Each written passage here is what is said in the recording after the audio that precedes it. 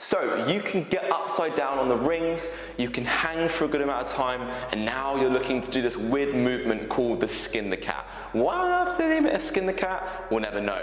But today we're going to be working towards your first straight leg full skin the cat. So obviously, prerequisites for this, you have to be able to go upside down. That's it, okay? Because once you're in that position, then we can go forwards and we can go back and we can start working on the skin the cat. Now, there are two major positions that I need to teach you guys when working on your skin the cat. Retraction and depression. When you're going upside down, so let's just to put some terms to this. When we're going backwards into our upside down position, and then once we're upside down, we're going forwards. This is kind of like the front part. This is why we called it a front lever, okay?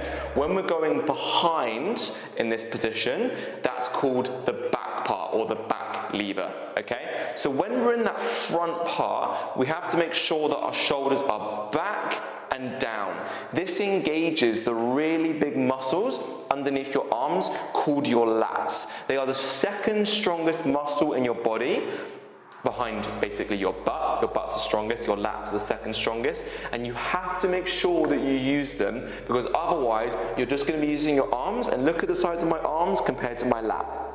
Make sure that you're using the bigger muscles in your body, like your lats, okay? So when we're in that front position, we're in that front lever, we're going upside down, we're working on using the lats. You're also going to secondarily be using the biceps, but that's totally fine. When we're in that back position, the main muscle you're going to be using is your chest and your core. The reason why is because we're in protraction and depression, but we're also tilting our pelvis underneath. The feeling you want to have is almost like this. You're sucking the belly button in, you're rounding the shoulders, and you're pulling everything in. A really nice drill that I like to work on with people is when they're in this position here. If I try and pull with my arms, I'm just going to be doing this, right? But if I use my core first and I use my shoulders, look where I end up. I've already done a lot of the work, and then all I have to do is then follow through with my arms, and I'm back to that starting position of where basically I started out. So very, very important for this one is making sure that we're using the right muscles and we understand the protractors and the retractors. Now, whenever you're doing this movement, especially when you're going into that back position, you must make sure to keep your arms straight.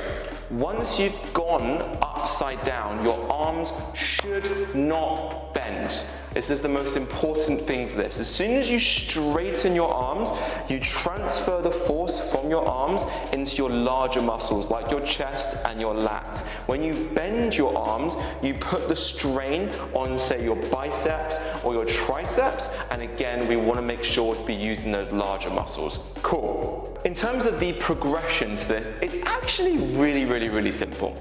What you want to do is you want to go upside down, and then once you're there, you work forwards and you work backwards. You work forwards and you work backwards. And every single, do this for about 3 reps. So 1, 2, 3. So you go 3 forwards and 3 backwards. You can do them together. I like to work them both together on this one. Very, very, very simple. You're going to go further forwards and you're going to go further backwards.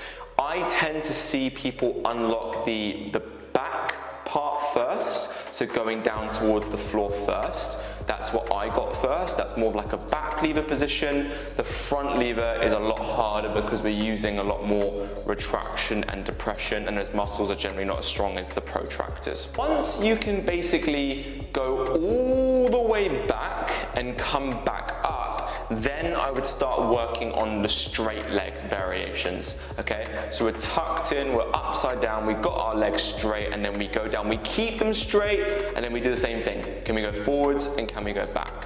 So what I also like to do, and again, we'll go through these in all these videos, there are 3 major ways that you can do a movement in calisthenics and in everything of your muscles.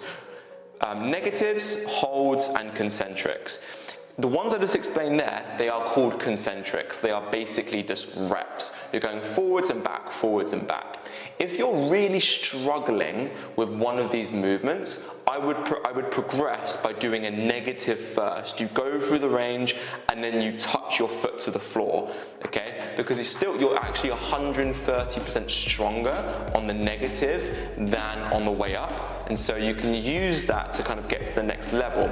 Once you've got a good negative and you can maybe do 2 or 3 of these negatives in a row, next up, I'd actually work on holding the position just before like you feel like you're gonna fall. So maybe you come down that back position, you come down and you hold and you squeeze. What you'll notice is when you're squeezing, you're not just gonna be relaxing, you're gonna be actively, your chest, your shoulders, and protracting and engaging that core, and that is what you're gonna need to then come back up. So then we can come down, we can basically do the negative, we can get to that point, and when you feel like you wanna hold, that's when you squeeze back up, you come back up into the upside down position, and bam, you've just got your first full back skin the cat.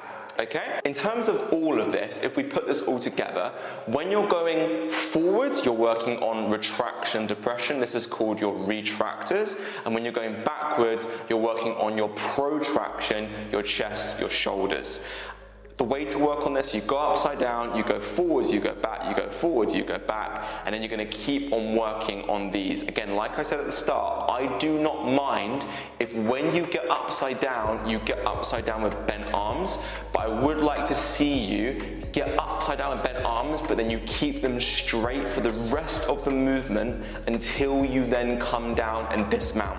Remember that we're doing that slowly to work on the negatives of these movements. So we get upside down, we hold that position, we keep our arms straight, we let the shoulders go, we drop as low as we can to the floor, then we round our shoulders, see if we can squeeze back up into that position. Then we've got our first skin the cat. That's that back position, and then eventually we can work on coming all the way down to a straight leg position, and that's when we've got our full straight leg skin the cat coming all the way up. Okay, and bam, you just unlocked your full straight leg skin the cat. So, if you did like the video, guys, make sure to check out the other videos that we got here. The next progression on from this is the back lever. So if you want to click on the next video, again, go for the back lever, see how you can progress towards that. We've gone through every single movement plane on the YouTube channel on CaliUnity, so make sure to click subscribe so you can basically see more of these. And if you really like the video, make sure to like it. And if you know someone else who is working on their first straight leg skin the cat, make sure to share it with them. Thanks so much, guys, and best of luck with getting that first straight leg skin the cat.